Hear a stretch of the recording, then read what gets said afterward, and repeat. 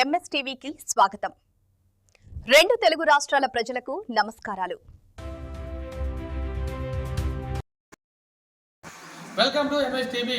ఈరోజు హెచ్ఎం గారు ఉన్నారు. ఈ స్కూల్ అనేది గారపాడు ఎంపీపీ స్కూల్ గారపాడు వచ్చాము. ఇక్కడ హెచ్ఎం గారు కొన్ని విషయాలు క్లుప్తంగా మాట్లాడదాం. నమస్తే సార్, చెప్పండి సార్, మీ స్కూల్ గురించి రెండు విషయాలు క్లుప్తంగా చెప్పండి. మన ప్రాథమిక పాఠశాలలో విద్యార్థులకు కావలసినటువంటి మన ప్రాథమిక పాఠశాలలో మన విద్యార్థులకు కావలసినటువంటి ప్రాథమిక వసతులు అంటే గదులు, తరగతి గదులు 4 గదులు ఉన్నాయి మనకి. అలాగే కూర్చోవడానికి కావలసినటువంటి బల్లలు, బెంచీలు అన్నీ కూడా నల్ల బల్లలతో సహా అన్ని భౌతిక వసతులు అన్నీ మనకి ఉన్నాయి.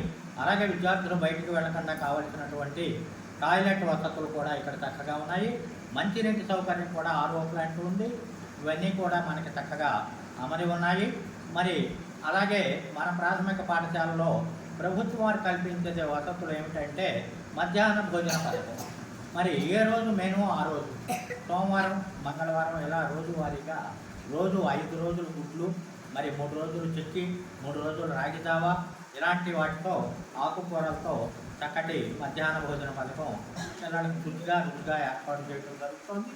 అలాగే పిల్లలకు సంవత్సరారంభంలో మరి వారికి కావాల్సినటువంటి టెక్స్ట్ బుక్స్, మరి నోట్స్, మరి వారికి కావాల్సిన ఏకరూప దుస్తులు 3 జతలు, అలాగే బూట్లు, అలాగే మరి టై, బెల్ట్ అన్నీ అందజేయడం జరుగుతోంది.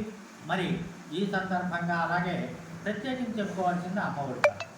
మరి అమ్మఒడి పథకంలో మన కుటుంబంలో ఎంతమంది పిల్లలు బయటకు వస్తే అంతమందికి ప్రభుత్వం వారు మరి 15,000 రూపాయలు నగదుని తల్లుల ఖాతాల్లో జమ చేయడం జరుగుతోంది. మరి వీటినన్నింటినీ కూడా ఉపయోగించుకొని మనకి ప్రభుత్వం వారు అందించే సౌకర్యాలను పొందుతూ చక్కటి విద్యను పొందవలసిందిగా కోరుతున్నాం. జయకల్యాణ కార్యక్రమం ఈ మధ్య నిర్వహించడం జరిగింది. మరి ఆ జయకల్యాణ కార్యక్రమంలో కూడా మన విద్యార్థుల యొక్క విద్యాభివృద్ధి మెరుగుపడిందని నేను చక్కగా చెబుతున్నాను. వారి యొక్క ఉన్న లోపాలను సవరించి వారు చక్కగా గణితంలోనూ భాషలోనూ అభివృద్ధి చెందారు. మరి ఇలాగే వచ్చే సంవత్సరం ఆరంభంలో కూడా మరి సంసిద్ధత కార్యక్రమం ద్వారా విద్యార్థుల యొక్క విద్యాభివృద్ధికి పాటుపడాలని ప్రభుత్వం వారి ఆదేశానుసారం మేము ఉపాధ్యాయులు అని మేము నిర్ణయించుకున్నాం.